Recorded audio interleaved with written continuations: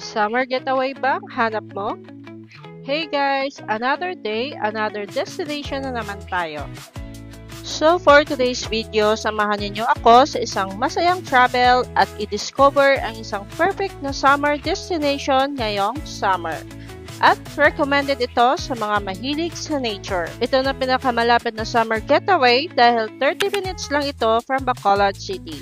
And welcome to Balay Gawahan. And this is located at Sitio Tambara, Barangay San Fernando, Talisay City.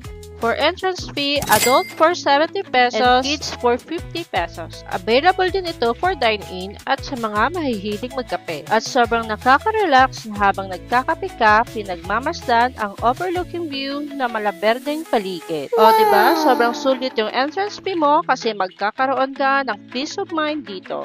Ito na pinakamalapit at sulit na destination for family bonding. Balay Gawahan is also available for day tour, overnight, and camping. And for family bonding na gustong mag-overnight dito, meron silang available na mga hindi nila kailangan mag-aircon kasi sobrang lamig din dito tuwing gabi at nagpa-fog din dito.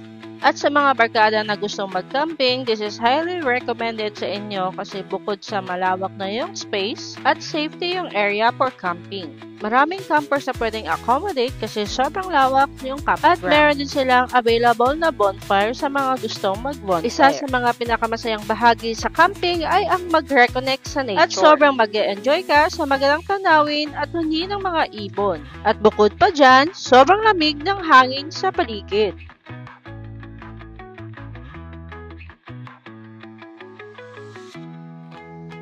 And this is perfect spot sa mga mahilig magpicture dahil maraming Instagrammable area and perfect for pictorial. At hindi din maboboard ang mga kids nyo kasi meron din dito available na playground. And lastly, meron itong available na infinity pool with overlooking view. So what are you waiting for? Puntahan na at mag-book sa Balay Gawahan. And don't forget to like, follow, and share for more gala ideas.